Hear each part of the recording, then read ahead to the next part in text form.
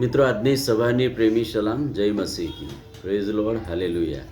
આપણે આજે ન્યાયાધીશોના પુસ્તકના 6 અધ્યાયના 11-26 વચનોમાં ગિદિયોનને થયેલા દર્શન વિશેની વાત શીખીશું. પ્રબોધકોનો સમય આવ્યો, રાજાઓનો સમય આપ્યો અને યાજકો અને જુદા જુદા લોકોને પ્રભુએ જુદી રીતે દર્શન આપ્યું.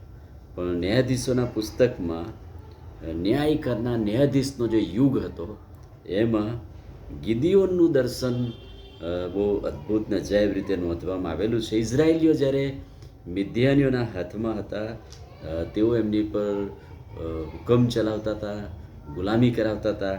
અને એવા સમયમાં કહે છે કે ઇઝરાયેલીઓ એ સંતાઈને કામ કરે, ઇઝરાયેલીઓ બીક મરે. એવા ટાઈમે કહે છે કે પ્રભુના દર્શન દુર્લભ થઈ ગયેલા, જાણે કે પ્રભુ એમને છોડી દીધેલા.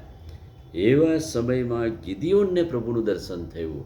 અને જુઓ તમે, ગિદિયોન મિદ્યાનીઓની બીકના લીધે પોતાના જે દ્રાક્ષકુંડ હતો એની અંદર ઘઉં ચૂડવાનું કામ કરતો, એટલે સંતાઈને કામ કરતો હતો. પણ એ પરાક્રમી સુરવીર હતો, એ જુવાન હતો, શક્તિશાળી હતો, પરાક્રમી હતો. અને પ્રભુ એવી વ્યક્તિને પસંદ કર્યો અને એને તેડ્યો, દર્શન આપ્યું. કેવી રીતે? પ્રભુએ તેને જે દર્શન આપ્યું આ પ્રમાણે હતું. પહેલાં તો પ્રભુનો દૂત એ જે ઘઉં ઝૂડતો ત્યાં એને ઊભો રહ્યો અને પ્રભુના દૂતે દર્શન દઈને એને નામ દઈને શું કહ્યું? પરાક્રમી સુરવીર, યહોવા તારી સાથે છે. શરૂઆત કરીને પ્રભુના દૂતે પ્રભુ દ્વારા જે દર્શન હતું એ પ્રાપ્ત કરાવતા કહ્યું કે પ્રભુ તમારી સાથે છે. ત્યારે આ પરાક્રમી જુવાન શું જવાબ આપે છે કે પ્રભુ જો અમારી સાથે હોય તો અમારી પરિસ્થિતિ આવી શા માટે? શા માટે મિદ્યાનીઓ અમારી પર ચડી આવ્યા છે? શા માટે અમે મુશ્કેલીઓમાં તકલીફોમાં છે? અને યહોવાને દૂતે કહ્યું કે તું જે બળથી બોલી રહ્યો છો ને, જે બળથી ઘઉં જોડે છે ને, તો તું તારા આ બળમાં ચાલ્યો જા અને મિદ્યાનના હાથમાંથી હું તને ઇઝરાયેલી પ્રજાને બચાવીશ, તારો ઉપયોગ કરીશ. આ એક તેડું અને દર્શન પ્રભુએ ગિદિયોનને આપ્યું.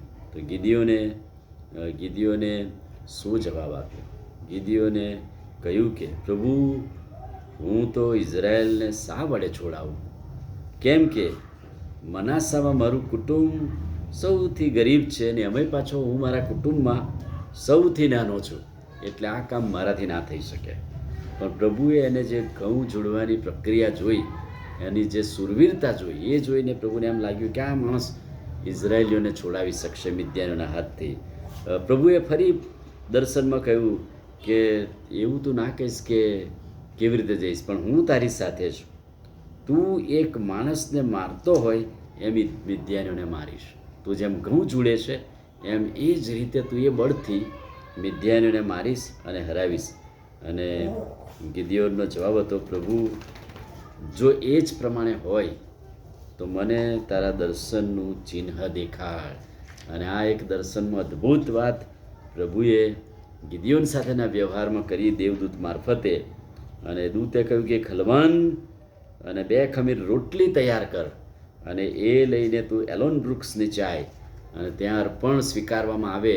એક નિશાની દર્શનની, કે પ્રભુએ દર્શનની નિશાની શું આપી છે, એ દર્શન સાચે જ છે તો એની નિશાની શું છે? અને અગ્નિ દ્વારા પ્રભુના દૂતે તેને અડકીને ભસ્મ કર્યું, એ એની સાબિતી.